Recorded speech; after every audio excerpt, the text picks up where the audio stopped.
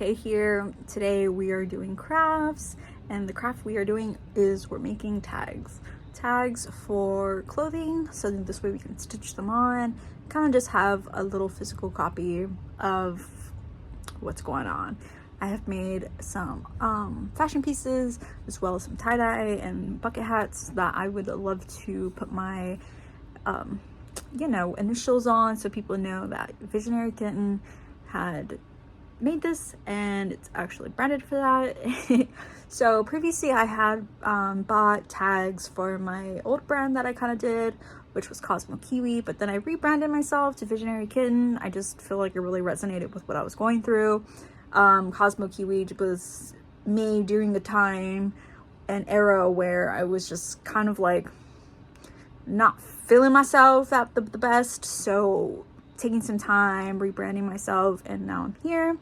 I also still go as Grumpy for some things that I really enjoy doing, but for Visionary Kitten as a baseline.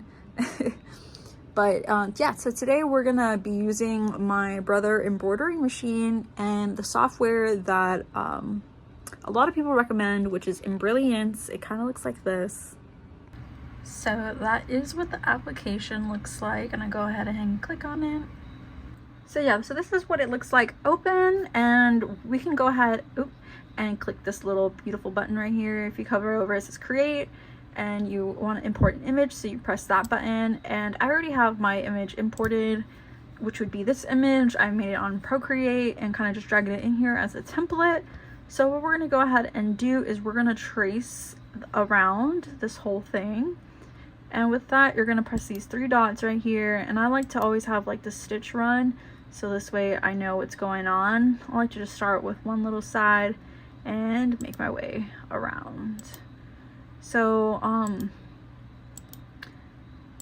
tip, so you see how this just curved, this line just curved right here? We're just going to go back, start over, press that button again.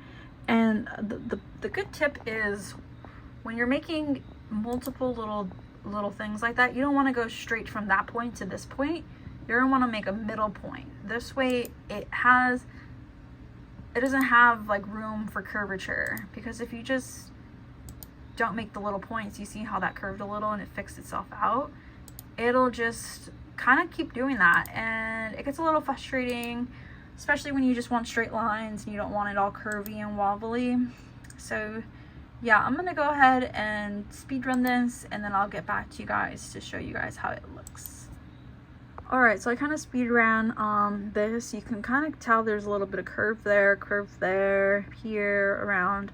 So if we go to this, back to this create button, we'll go ahead and go hide that, and you'll kind of see the whole outline of everything. So what way we can do is we can just like double click and it'll like kind of like straighten out. Sometimes it'll make like the curve, or you can like left click it.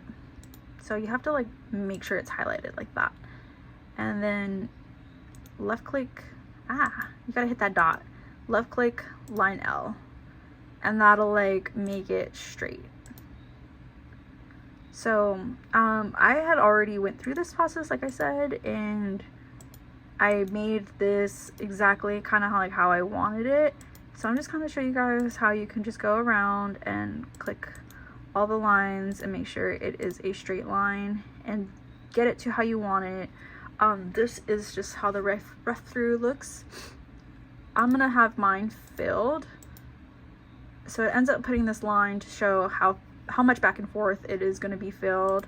If you go here, this button right here, it's kind of like a stitch preview, so this is how it's gonna look once it runs through the thing. So I'm gonna go ahead and fix a few things, and I'll be back to show you how it looks. And we are back. So this is kind of how it looks once I'm done kind of straightening out everything, getting everything how I kind of want it, making it look like there is two layers there instead of one giant little glob. So what we're gonna do is, stretch it out to size for my embroidery machine.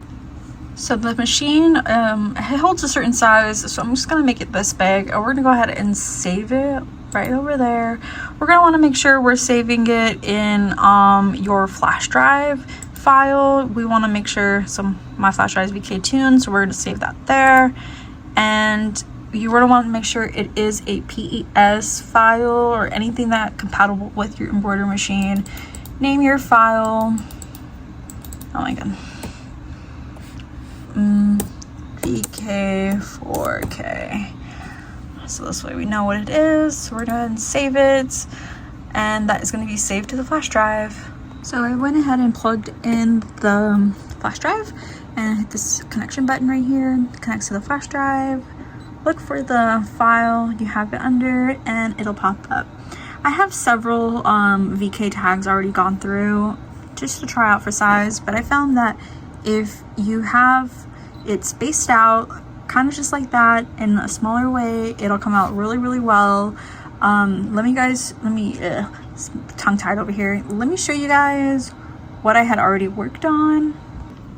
So these are the VK tags that I had already made. These aren't the spaced out ones.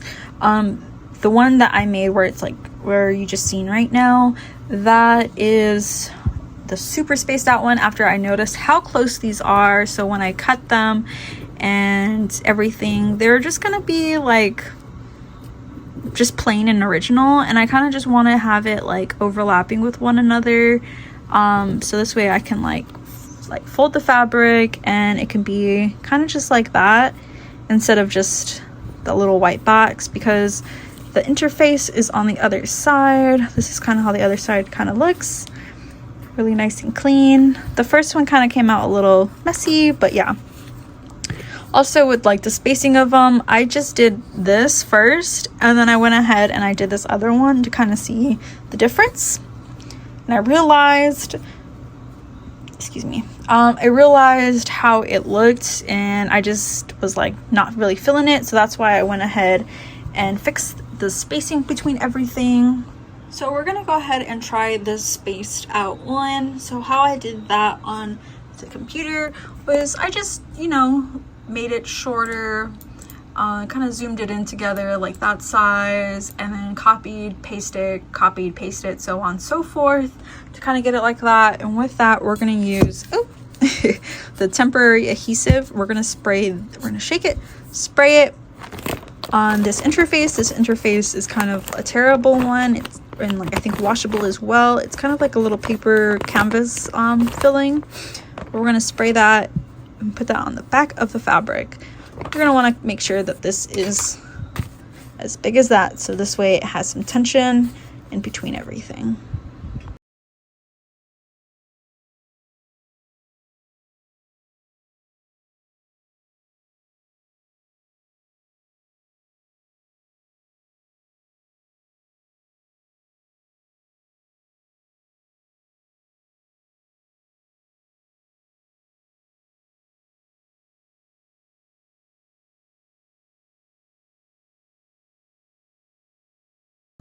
Alright, so I got it in, and it's okay if the fabric is a little bit shorter than that, as long as you have more of this interface right here. This will kind of just give it that tension that it needs. Make sure it's not too wobbly, that it's kind of like hard, like a drum, like a canvas kind of thing. And we're gonna load it into here. We're gonna go ahead and press end edit. This way we can embroider it. We're gonna go ahead and press embroider. It's gonna take about 15 minutes and 5,746 stitches to go ahead and do this project. Lower the foot level and it is ready to go. So it's gonna start in that corner. I like to always move the extra thread over, and it is off.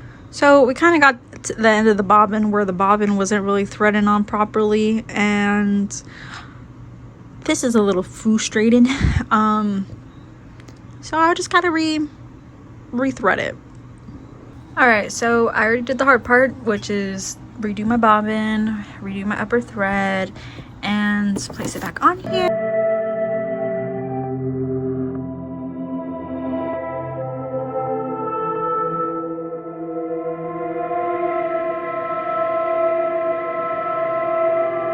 Okay, so we're finished over here. We're gonna go ahead and take it out. So we taken it out and this is kind of how it looks. This sad one went kapoots, but the rest came out really, really well. They're really small. I really do like them this small. I think it also kind of makes it a little like hard for the machine to get it perfectly sewn, but they are the size of my fingernail, which is really good for clothing and people that don't really like tags. So it's not really that bothersome, hopefully. And I did have a good amount of space in between to cut. This is how these kind of look like side by side. I do like both sizes. I just feel like the bigger size has more room for the needle to get more coverage, and it just feels like both feel really pleasant, but this would, I feel like, would be like itchy after a while if you're having it on your back. Normally like tags on the side of clothes, but yeah, so this is kind of just like what I got going on. Okay, so these are how both tags kind of just came out. I was cutting them a little bit, seeing what I can like mess around with. If I like had longer fabric on the side, I would be able to fold this in on itself and top sew it right there, right onto a piece of clothing. And the same with this bigger one. If I had more room on the top area, because there was another pattern overlapping it, you see how like close it is right there.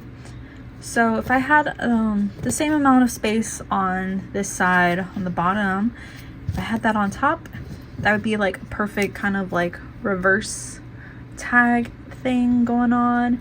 This would just be like simply just sewn on as is, and this one as well, either like just kind of just like on like that, or if I had more room on top as I do on the bottom, I would, you know, top stitch it, roll it, and just kind of have it attached to the clothing like so. But yeah, these are all just kind of trial and errors, different ways of different tags, and some ideas for you guys. I hope you guys enjoy, and I'll definitely see you guys in the next craft video. Thank you for watching.